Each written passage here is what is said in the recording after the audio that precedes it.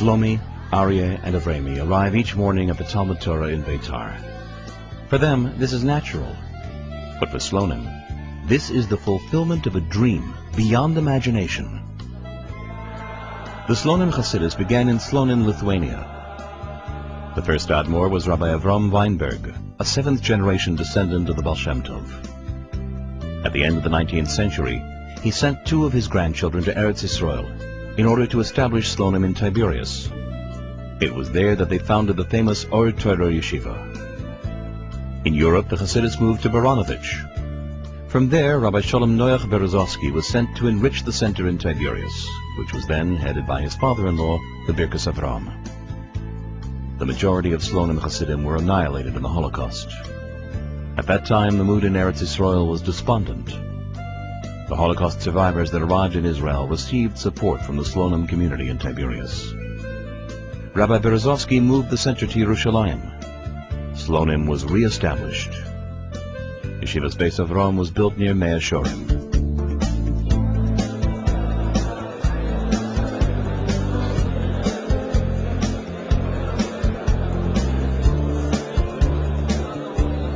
It's ready for the past generation, so for the past 60 years, because my father came here over 30 years ago to learn, and we're continuing the chain. So my brother learned here, I'm learning it, there's many more Americans, and Baruch Hashem, I say that we just have good words to say. I absolutely love it. Everything, a warm avira and tremendous friends, and really time of my life.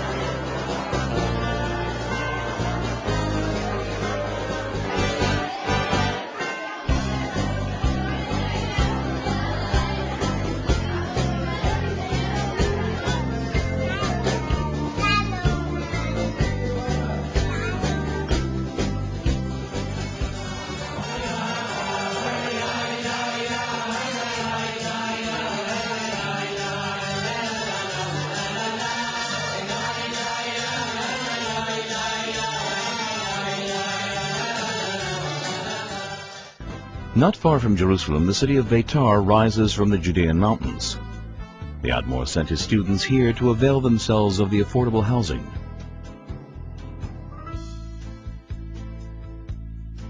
Shmuel Uziel Schwartzman established the first Beis Medrash in Beitar. He foresaw that future generations would be drawn to this city. The Schwartzman saga reflects the history of the Jewish people. Avram and Tova Schwartzman perished in Auschwitz. Their son Shmuel studied in the Slonim Yeshiva of Baranovich under the leadership of the Beis Avram. He met Sarah in 1945 and then moved to the United States.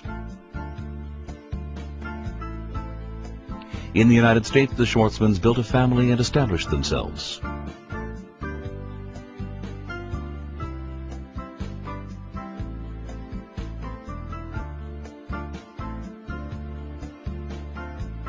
Over the years, they forged a strong link with Jerusalem. They were generous supporters of Yeshiva's Beis Avram. Sarah and Shmuel were honored for their loyalty and dedication.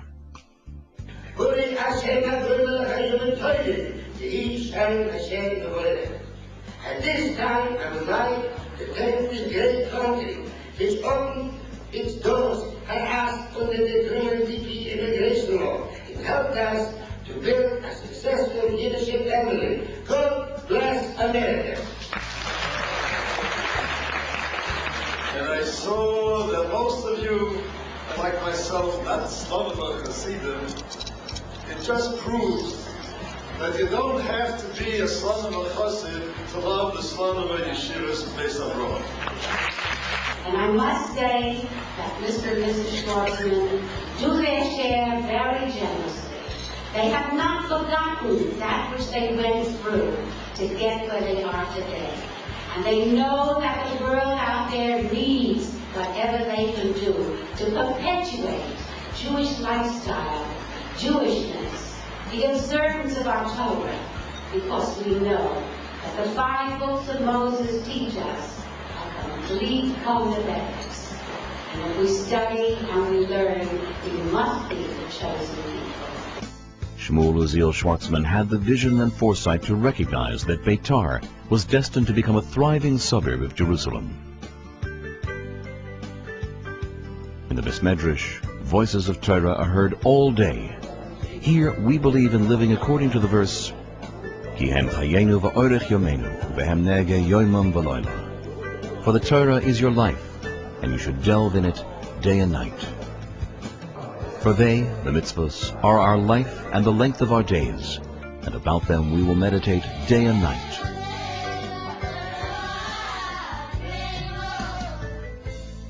The city of Beitar is referred to in the Tanakh. There were 400 synagogues in Beitar. 1,800 years ago, Beitar was the last front of the Bar Kokhba rebellion. The Romans killed many Jews. Beitar was desolate. Today, Beitar is a vibrant Torah community.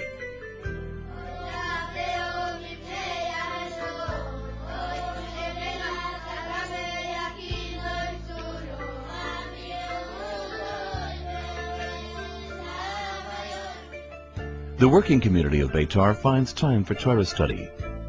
There's a special early bird kollel.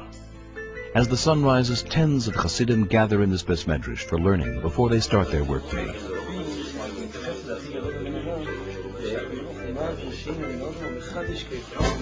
The Tinokos Shel Beis Rabban play an important role in the chain of tradition. They're taught to love Torah and to love mankind.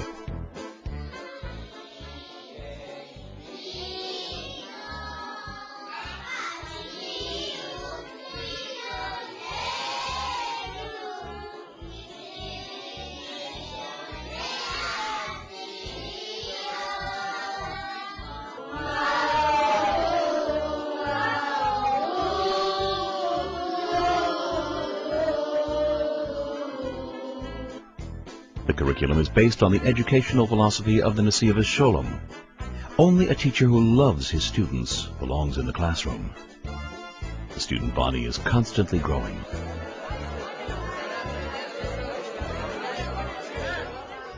What we see here is the fruit of Yeshivas Beis Avram and the future generation of Yeshivas Beis Avram. The students of Yeshivas Beis Avram who married build the homes in the young city Beitar Elite and build a beautiful community which includes 200 families. The principal of the Talmud Torah is Harav Yaakov Rotenberg, who is devoted with his full heart to the success of the Talmud Torah.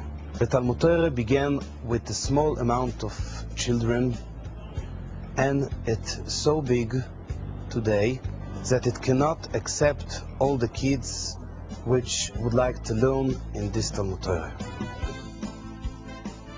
Recently, a cornerstone was laid for a new Talmud Torah complex. The slonim and chasidim of Beitar perform acts of kindness for the entire community. An organization called Sois Tosis was founded.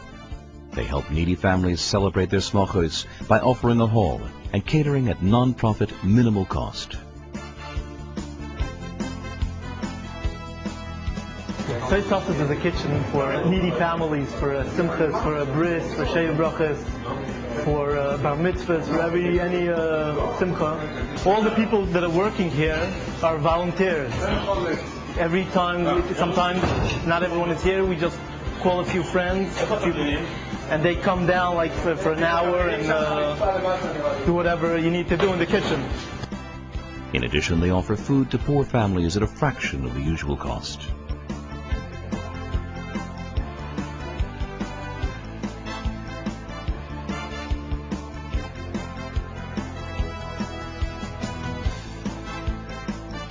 This goes on like almost every Yom Tov, a few times a year before Pesach, before Sukkot, in the middle of the year. Things that are bought with very, very cheap prices and given all the families that just can't afford to push through the month. I don't have enough words to thank for the Egunei Chesed they do all over the years. Hatzalah in Beitar is headed by slonim or chasidim, providing life-saving services to the entire community. Slonim community has a very unique part in the establishment of Beitar since day one. They're involved in building their own community by building their school, their shuls, their yeshivas, and by volunteering to the community, giving out food to families that need it. The head of Atzola is slonim. Anything that can volunteer and help the community, you see slonim and chasidim involved over there. Their unique contribution to Beitar brought this community to be what it is today. The building of a new educational center in Beitar will enable us to spread Torah and Derech Eretz. The flame of Torah was ignited in Baranovich. It was nearly extinguished in the Holocaust. It was rekindled in America. Today, in Eretz Yisrael, the fire of Torah study illuminates the world.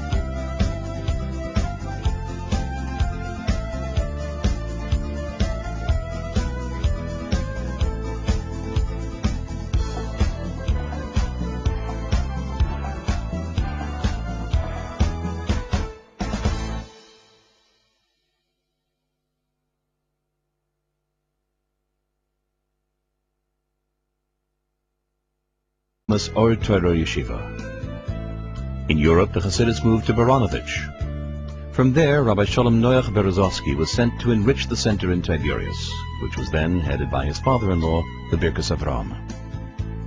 The majority of slonim Hasidim were annihilated in the Holocaust. At that time, the mood in Eretz Yisrael was despondent. The Holocaust survivors that arrived in Israel. It's really for the past generation, so for the past 60 years, because my father came here over 30 years ago to learn, and we're continuing the chain. So my brother learned here, I'm learning it, there's many more Americans, and Baruch Hashem, I say that we just have good words to say. I absolutely love it, everything, a warm